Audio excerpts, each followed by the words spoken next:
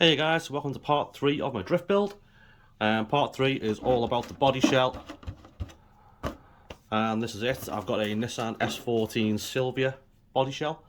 And this was, I think it was £22.99 off eBay. I'll put a link in the description. And looks pretty nice from the outside. It comes with a bag of goodies. You've got a rear wing in there, you've got some wing mirrors in there. I think you've got some exhaust tips in there maybe. Plenty of bits and bobs to play around with anyway. And then you get a big sticker sheet. So you got window stickers and lights and tail lights, headlights. So you get a windscreen strip there as well, and you get as well some masking for the windows as well on the inside. So we've got that. We've got some nice metallic white paint. I bought 2 tins of this. It's metallic white. I think they were $4.49 from Make It Build It. And then we're going to use some sharp scissors and some kitchen scissors, wherever they are, to trim the body, and then some curved scissors to trim the wheel arches. So I'm going to start by trimming the body, and then we're going to do the wheel arches, and then we're going to mount it. And I was going to use magnetic mounts, but they don't look very good, so we're going to use the standard mounts and some standard issue body clips, which aren't as fancy, but the body shell should stay on nicely as well. So I'll get cracking now.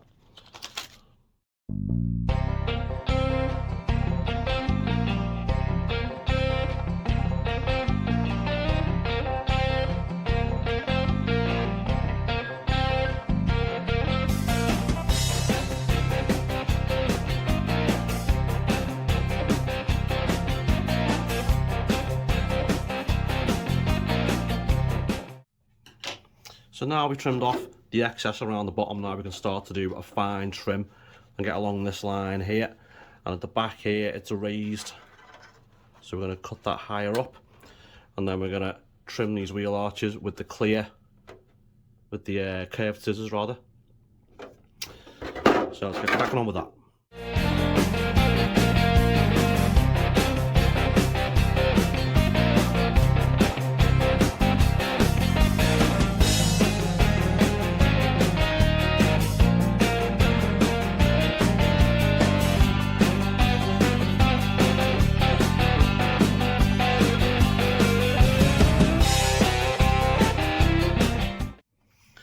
So far, all the major trimming and the wheel arches, etc. have been done. Not very well, but done nonetheless. So now we're going to get some fine sandpaper and we're going to sand these arches and all the edges. So we're going to start with some nice coarse sandpaper. Bit of state of that.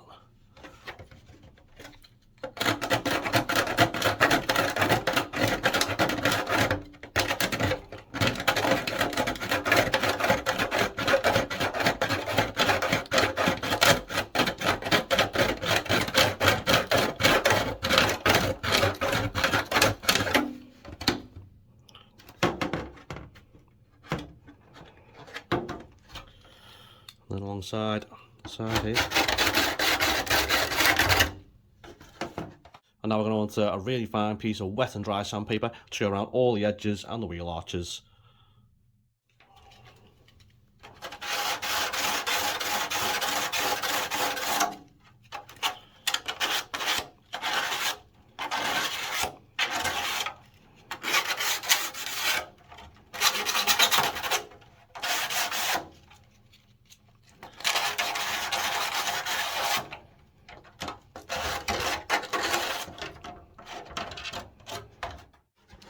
Now on the first video, I did say this video would be the best to watch because I'm going to cock it up, and sure enough, I've already cocked up.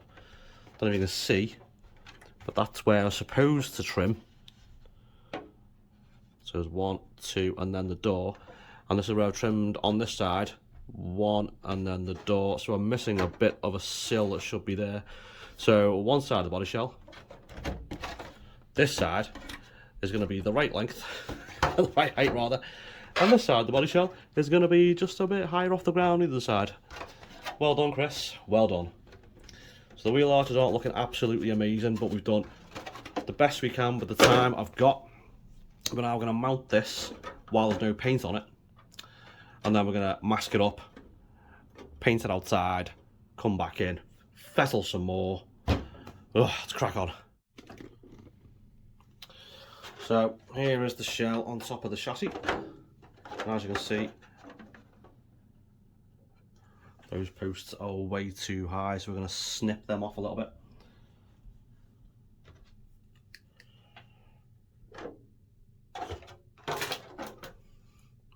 Right up there, third hole down.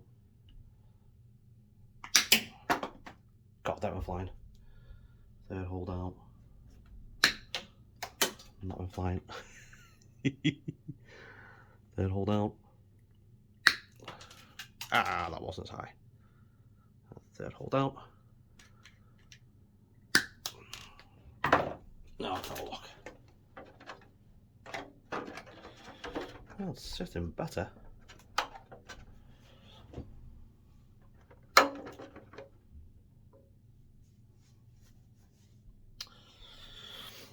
Now I got the 195mm body shell. Thinking that'd be wide enough for these wide offset wheels, but I should have got a 200mm body shell.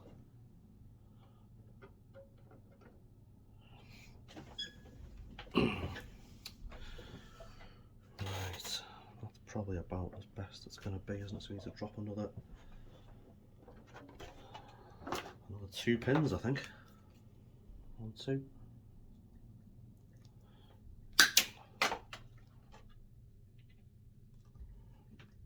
One, two. Oof.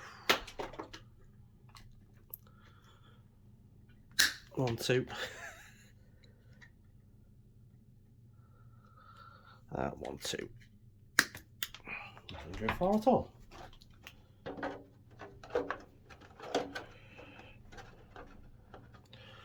So I'll leave it as the other side actually. Well, it's pretty low. Maybe drop it a bit more because these are going to sit even higher up. These, sorry. So one's for the rear, one's for the front. Yeah, they definitely have been dropped.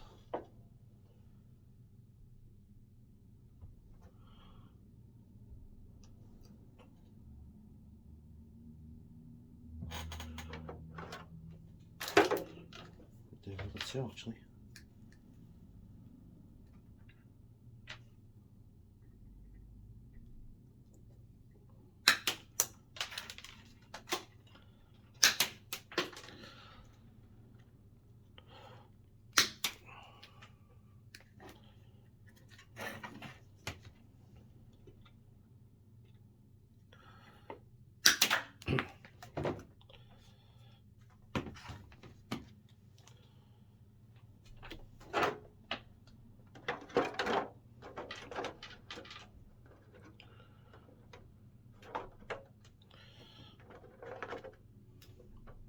Space there, but there's no space there.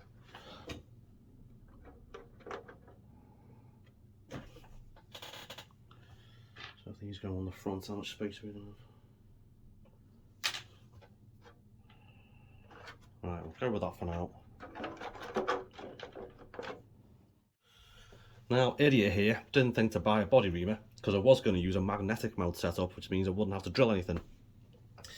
So instead what we're using is a small drill bit to score where the body posts are, and then you're using the drill to drill the holes. So this could be a monumental cock-up. There's one way to find out. And what I'll do is I'll just try and change the angle of this a little bit so you can see what I'm doing. Maybe that's better.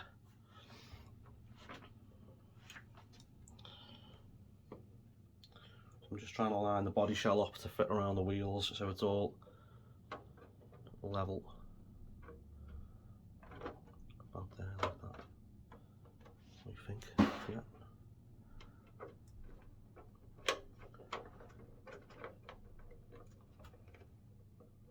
That's about right. That's about right. Okay, let's move that again.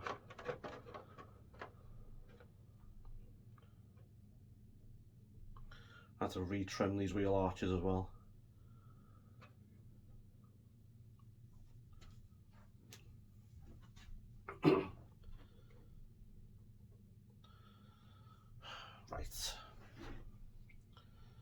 So I'm just going to hold the body shell in place.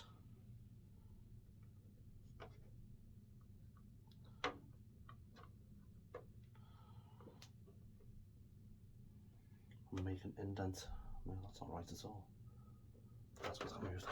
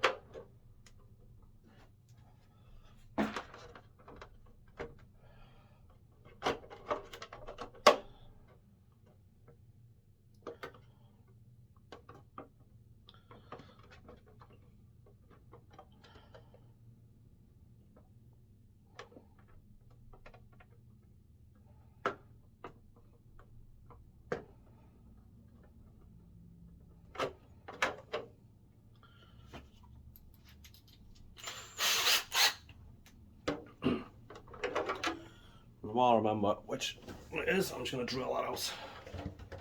So the body shell has been loosely trimmed, been fitted to the body posts, and it's by no means a perfect fit. But for my first time ever,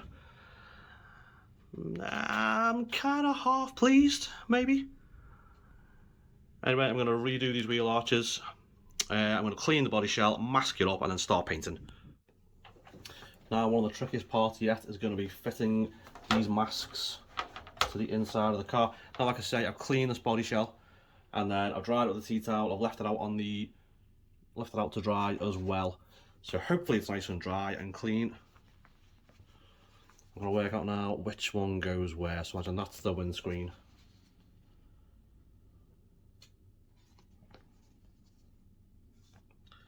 I hope.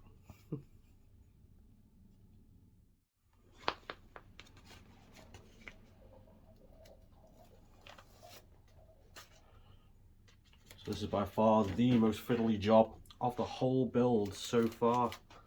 How on earth are you going to get that right in the centre? Let's try it this way instead.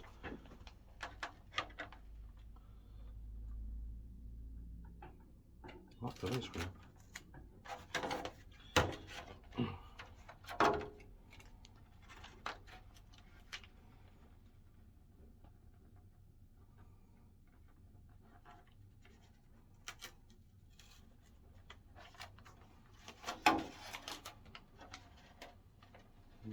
That's on it.